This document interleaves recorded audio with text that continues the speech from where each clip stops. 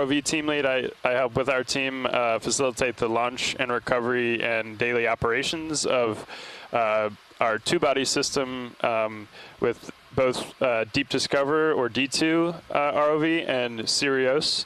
And actually we do that from right here where we're standing in the control room. These 3 seats that we're standing by here are the navigator, pilot, and co-pilot that operate D2 and Sirius while at depth. And they'll be taking a lot of some of the cool imagery that we see back here on the screens behind us. Thanks, Chris. And another exploration tool that we have on board, you can actually see directly behind me right now, is an output from our multi-beam system. So this is our deep water mapping system that actually just got upgraded this year, and we're really excited because it's getting us incredible data. And it's directly behind me now. They're actually mapping as we speak. Our mapping team is basically taking advantage of our newly southeast transit to avoid the storm to collect data in the high seas. One of the areas that's out there that really has very poor data right now in terms of our global mapping coverage. The high seas are an area where we're still very much learning lots of new things and where we don't have much investment and resources in. So what's fantastic is that during the course of this cruise, we're going to get to explore a lot of areas in the high seas and get a chance to learn a little bit more about them. Okay, so again, I would like to put a plug in for anyone who is watching at home. We're going to be taking your questions live, and we hope that you guys will ask all the burning questions that you have about deep ocean exploration. To kind of kick us off, though, can I ask each of you to tell me a little bit about how you got here? So, Chris, you want to go first, and then I'll have Rian do it? So, how did you get to be a ROV team lead and a pilot? Oh, that's a good question. So I started with an engineering degree from Virginia Tech. I went to BT for ocean and aerospace engineering, and shortly after that worked for the Navy and NAVSEA, and simultaneously while doing that was involved with some of the robotics teams and engineering teams on board the Okeanos, and then loved it so much that I came on full-time with Global Foundation for Ocean Exploration, and I've been doing it for the last 10 years. So, yeah. Thanks. Rian, what about you? Yeah, so I did an undergraduate in marine and freshwater biology at the University of Aberystwyth in Wales. And then I moved from there to do a PhD on deep sea ecology, deep sea reproductive ecology at the Southampton Oceanography Center. And then from there, I actually flew across the pond. So that was in the UK. And then I was based at the Woods Hole Oceanographic Institution for a short while, skipped over to Hawaii for a short while, and then landed at the University of Maine. And so my lab at the University of Maine really looks at reproduction and development in deep water organisms, particularly in deep sea corals. And these deep sea corals are what we're really hoping to find on some of these seamounts. They tend to live on these areas of the seafloor that are very, very productive, see a lot of currents, see a lot of food, and they actually form habitat for lots of other species living around them too. And so we're really interested in these habitat-forming species and how they create these little oases of life in the deep ocean. Nice. So for me, I actually started with NOAA Ocean Exploration right after I graduated from the University of Miami, and pretty much made a big career transition for me. I'd always studied shallow water corals and shallow ecosystems, and I was brought into this world of incredible wonder and just I got to learn so much on the job. It's probably been probably my favorite part of my job is how much I get to learn from everyone, as much time as we get to spend out here. And every single day we find something new and different. It's probably my favorite part of the job. Okay. So we're beginning to get some questions in here. So the first one is about the lights on the ROV, Chris. Ooh. So Stephen asks, will you be using any UV lights as part of this exploration? And if so, if you're looking at them, will you be using them to study biogeology or both? Good question. No, we do not have any UV lights. We have all LEDs. On the front of D2, we have 18, I think, 8,000 lumen LEDs, so really bright. And we actually can manipulate the lights on the front of D2 on our swing arms to deploy and kind of perfectly side light or top light or whatever you need to get the good imagery of the. We will be hopefully seeing that, but not doing any UV light. study specifically. So I know also one of the things that we just finished an expedition on was doing an ROV shakedown. And one of the things that you guys actually did an upgrade on during the course of the last 12 months or so was on the lights. So what is that lighting system like? So now we can dim the lights on D2, and before it was just on or off, and that really helps the video turn out better if we're getting bright spots, or if we wanted to look at what the animals might be doing in some darker habitats or whatever we need to do. We can dim the lights down from 0 to 100% and really kind of dial in that lighting, however science especially wants to look at things. So we have a lot more flexibility with the lighting there. I have to say one of my favorite things about D2 is those swing arms that you have, and you can see them in a couple of videos or images at oceanexplorer.noaa.gov. They're just incredible and really help illuminate an entire area in a way that you really wouldn't be able to without that level of control. Yeah, we've got 4 on the front of D2, so two lowers and 2 uppers, and they swing out and then also can rotate. So got a lot of flexibility there. Great. All right. So, Rian, we have, sounds like some friends at home saying hi to you. Amy Winkle says, Mari and Arrow say hi.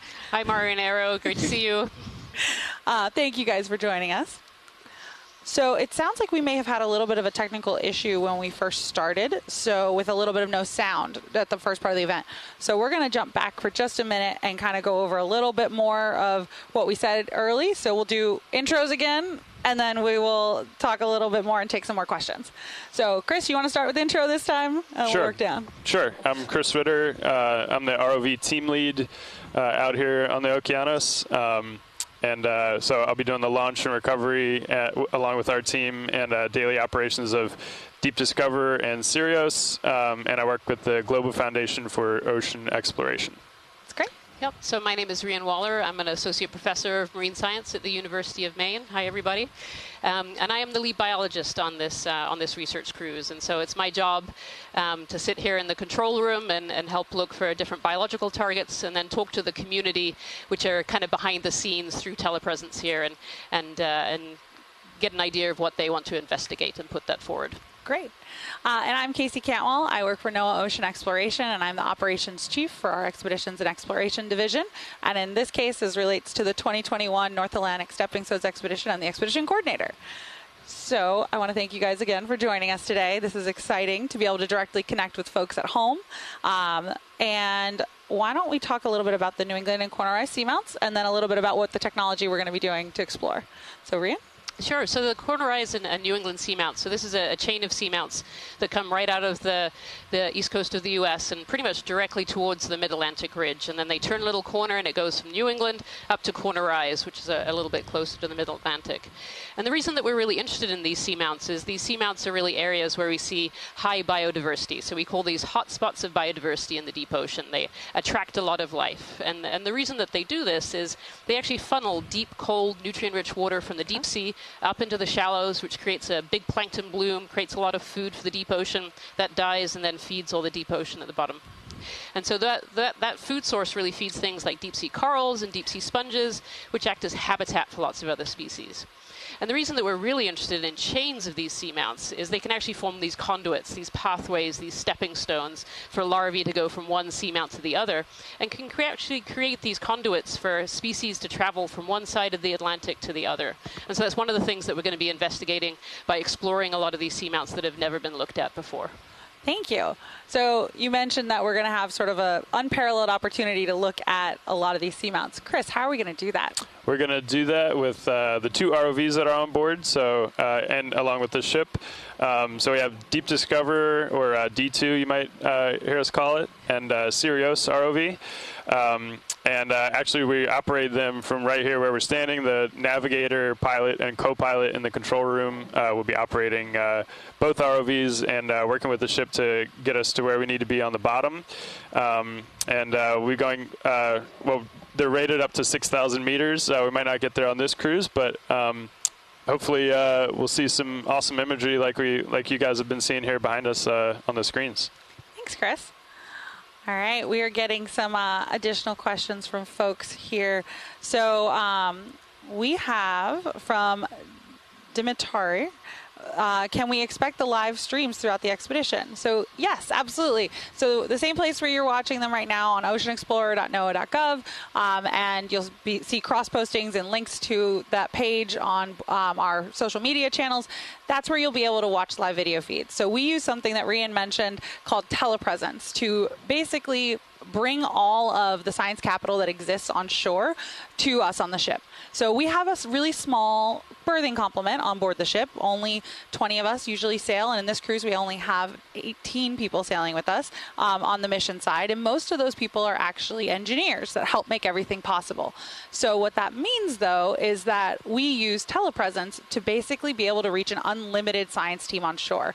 We can get in touch with experts who have specialties in whatever it is we're looking at. So right behind me is some imagery of a deep sea sponge, and it's super easy for us to tap into some of the best sponge experts in the world just by reaching out to them and having them participate. What you're going to be seeing on shore is just a couple seconds delayed from what we see on the ship, and that real-time high bandwidth satellite connection that we have that makes this all possible enables us to have them just as invested on shore as they would be here on the ship with us. And it's kind of it's a unique model that I think is really special. It allows us to be very much community driven and working in support of many different people's priorities, many different resource management priorities, as well as basically working on behalf of the science community as a whole to reduce the unknown in the deep sea. So telepresence is probably one of my favorite things that I've learned about since joining NOAA Ocean Exploration. It certainly gets us quite a unique opportunity when we explore the deep sea. Yeah, as a biologist, it's really exciting to have the telepresence too. So I've participated several times from shore, but this is my actual first time on board the Okeanos Explorer. And from shore, as a scientist, it's really exciting to be able to see these new places and new animals, and actually be able to communicate with the people on board and say, hey, I would really like a close-up of that so we can try and identify it, or hey, I think we might want to collect that. And then just interacting with the other hundreds of scientists who participate in our chat rooms and are able to talk to us every day. It's a really unique opportunity. That is a great segue, actually, to what our next question here from Carrie. Will your findings be considered baselines for future visits to these same areas? You want to take that? Absolutely, yeah. So again, this program is really centered on exploration, and so we're visiting areas that have not been explored before, and that can be on different areas of a seamount that might have been looked at before, or in completely new areas, completely new seamounts that have never been touched before. And so with that data, it's all released to the community, so anybody from any country around the world can download that data and work with it. And so as a scientist, this is really exciting, because we don't often are able to come and just go and look and see what's there. And so if I know that I want to work on a deep sea coral, I can look through the archives of Okeanos and know it's pinpointed there, there, and there, and be able to then, propose a cruise to come back and research those more deeply. So. Yeah, we like to say we're kind of getting a first look or a snapshot, and Carrie, that word you used, a baseline, is a lot of times what we're doing and trying to collect that foundation of data for others to come back and continue to explore, to set their research projects and objectives. I have a follow-up question from you from Ellie. What do you specifically hope to learn about deep sea coral production when you're deep sea coral reproduction when you study it? Yeah, so my lab, so myself and my students, we really work on how animals reproduce, so how they're producing eggs and sperm, what might initiate that in the deep ocean, so a food fall or a temperature event or something like that, how those eggs and sperm then fertilize, and how those larvae then travel across the ocean. Very often with deep sea coral species, we see species that are found globally. We see other species that are really confined to very small areas of the deep ocean. And so my lab is really interested in how that happens. Why is that? What are the constraints on those reproduction? And then also looking at how a changing ocean is affecting reproduction as well in different habitats. Thanks, that's awesome. So Chris, everyone wants to know, what is the most surprising thing you've ever seen during all of your ocean exploration? Oh, there's so many to choose from. I think there's two that stand out. We saw a Greenland shark in 2015, I think, and just stumbled upon this 12 or 14-foot Greenland shark that was just calmly swimming by, and it was really, really cool, because I know they can be hundreds of years old, and that was amazing. And you don't see a ton of things that dwarf D2, but that made us look small. So that was really, really cool, and I'm partial to sharks. And then the Monterey shipwrecks that we found in the Gulf of Mexico were really, really cool too, because we weren't totally expecting that, a Civil War era shipwreck when we went down, but it was amazing to find those and explore them and characterize them for the first time. And nice. Yeah. So before I ask Rian what her favorite is, you said that a Greenland shark might dwarf D2. How big is D2? So folks have an idea. D2 is about 10 feet tall, and so it's big. I think some people think ROVs and they think smaller, but D2 is big, and that also provides a big payload, so we can bring on sensors and all kinds of lights and cameras, and it allows us to do what D2 needs to do. But yeah, so not a lot of things make D2 look small, but that shark sure did. That's great. Rian, what has been your favorite or most surprising thing that you've seen? Yeah, it's always hard to pick a favorite. We see so many good things when we come out to sea and use these fantastic tools with great video capability.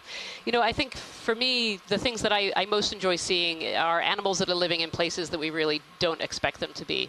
And so to give a little push to people, go and look at the highlight from the previous shakedown cruise. On the very last dive, there was a dive around a shipwreck, and we saw some amazingly enormous corals living on one of the towers of those shipwrecks. And that shipwreck had not been down for terribly long in terms of time. And so how did those corals get there? How did they grow so large in that amount of time? Those are the kind of questions that go through my head when I see animals where they probably shouldn't be. That was an amazing dive. That was our last dive, and it was absolutely fantastic. So for me, I'm going to take a little bit of a bigger approach with that question. So I think my favorite thing that we as NOAA Ocean Exploration have done, and what we've done with our partners, has been the work that we're doing on the Blake Plateau. So this is an area just off of Florida, Georgia, North Carolina, and South Carolina in the United States East Coast. And this area was largely unmapped until probably the last decade or so. There's been a lot of concerted effort from us and from several of our partners at USGS, the Bureau of Ocean Energy Management, as well as other partners within NOAA, to basically start closing those gaps systematically on the Blake Plateau. And as we've been doing that, we have found a series of mound features. And when we've gone back to look at them with the ROVs, we've found that they're coral habitat. And the more we map, the more these mounds we find. We started calling the area Million Mounds. And it's a really special area that is within the South Atlantic Fisheries Management Council's Deepwater Coral Habitat Area of Particular Concern. And to find that there is just so special.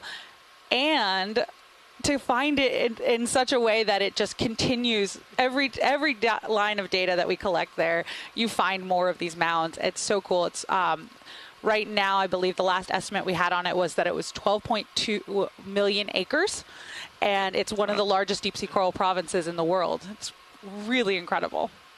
Yep. It's kind of crazy what happens when you map and collect new data. Well, this is what happens when you explore. It is, absolutely. Yep. All right, so Chris, can you tell us what a typical day at sea looks like for you? Sure, yeah. So on a dive day, the team gets up and starts doing pre-dive checks and what we call power off, so no high voltage yet. All of our checks to make sure both vehicles are ready to go, ready to get in the water. That usually starts around 6. And then, so we'll do that for about an hour, and then the team will take a break for breakfast, and then right after that, and then we'll rotate out the front row here, navigator, pilot, co-pilot, throughout the day, and keep people fresh and cross-train along all the platforms there. And then we do recovery 16:30, so right before dinner, and then once the vehicles are back on the ship, Rian will come down and collect all the samples that we took, if we took any, and start her processing, and then we'll start to get ready for the next day, and clean D2 and Sirius off with some fresh water and all that stuff. So it's a long day. Those are the best days. The dive days are great. Thanks, Chris. So, Rian, as someone who is a professor and who basically shepherds young students, early career scientists into ocean exploration, how would someone get involved with ocean exploration? What types of advice do you give people who are interested in being out here and being you one day? So that's a really good question. So there's lots of different avenues that you can take in ocean exploration. You can be on the science side, you can be on the technical side, you can be kind of on the more management side. So there's a whole wealth of different careers that you could have if you're interested in ocean exploration. From the academic side, I would say, and probably the technical side too, is look for things like internships, both at the high school and at the undergrad level. There are various internships that will just get you familiar with different processes that we use in ocean exploration. From the management side, I'm not sure. What would you recommend? For me, I'd say the best part of, the best advice that I could ever give a young student is to take advantage of opportunities and internships. I certainly never thought I would ever be a deep sea explorer when I was in school, but the job description that I looked at just was pretty awesome, and I was like, wow, I could do that. But it turns out that a lot of the things that I learned in the shallow water world and using technology to map coral reefs was very applicable to what we do here. So don't ever close a door for yourself. Put yourself out there and take advantage of internships, take advantage of any opportunities that might come your way. You never know what you'll find or what you'll fall in love with. Yeah, definitely, and never ever feel shy about reaching out to people either. Oh, yeah. Certainly in academia, there's a lot of us that are very approachable and can give good advice or point you towards programs that might be helpful in determining which kind of career path that you would like to go in. That's absolutely great advice. So Chris, we have a question from Carol. How do you get such great video? Ooh, yeah, we have, we're really fortunate. We have great cameras on D2 and Sirius, and an amazing video team. So we have dedicated video engineers that are doing shading and operating all of the cameras on D2, and then also doing clipping in the background here in the control room with us. So we work with them to get great lighting first on things, great we set the vehicles up so that we get good angles on whatever we want to take a look at. You know, the scientists will point out something that that we want to hone in on, and then we'll work with the video team to do a zoom and to light up things just perfect. So we get a good shot, and the pilots work really hard to get the vehicle just perfect. So it's a whole dance. There's a whole lot of things going on. But the cameras themselves are really nice too. So we have a great zoom on, especially on our main feed, which you'll see up here behind us. Yeah. All right. I mean, I have to say, you guys are incredible pilots and always get us such solid, stable imagery, which really helps with a lot of what we're able to do because we have such a talented pool of engineers that we work with on all aspects of it from start to finish, because even when you come aboard, we have the pilots and our video team. We also have an entire network of data engineers and computer scientists who basically keep all of our data organized and running and makes it so that everything that we do gets sent to shore and that our data is all publicly available afterwards. So there's definitely a side to it about collecting really, really good data, but then the other half of it being we make it public, and we make it public so quickly that anyone can access it and anyone can use it. And Rhian alluded to that a little bit earlier too. Yeah. All right. So we have about 5 minutes left. So I'm going to ask if you guys have anything else you want to say to our friends at home. Yeah, I just want to add, sorry, Rhian. I just wanted to add, when we were going over the daily kind of a day at sea here, I totally neglected to mention the mapping team that's doing it all night. So we couldn't dive if we didn't have a mapping team that actually got us good mapping data. Absolutely. I was just talking about my day. I'm sleeping when they're doing all of that. So so the navigator and dive supervisor will work with the mapping team before and the chief scientist before and after every dive, and then they do the mapping all night and set us up so that we can actually go down there and feel comfortable with the bathymetry and all that. So I just want to add that I didn't mean to omit. Of course not. No, Anything else you, Dad? Just that I hope that you'll follow along with us. You know, this data that we're putting out, the video that we put out, it's not just for scientists, it's for everybody. And so we'd love you to tune in for an hour, half an hour, every other day, whatever you can. Just tune in and see what we're doing. And you can find all that at oceanexplorer.noaa.gov. We're hoping to start diving maybe around Saturday. As I mentioned before, we're kind of ducking from a big storm that's going to overtake the majority of basically the North Atlantic area where we were going to be operating. So we're headed southeast to try and get out of that, and hopefully we'll still be able to get in the water on Saturday. The oceanexplorer.noaa.gov website is also where you'll be able to find lots of video and all of the still images that we collect, as well as learn a little bit more about what we find and where we've ended up going. At this point, we're not entirely sure where we're going to go, but I guarantee you it's going to be interesting. So thank you so much for joining us today. We really appreciate it. The only other thing that I will say here is that we're going to have another public live event for you guys to join us and hopefully submit some questions and interact with us on July 14th at 7 p.m. Eastern, and we'll see you there. Thank you.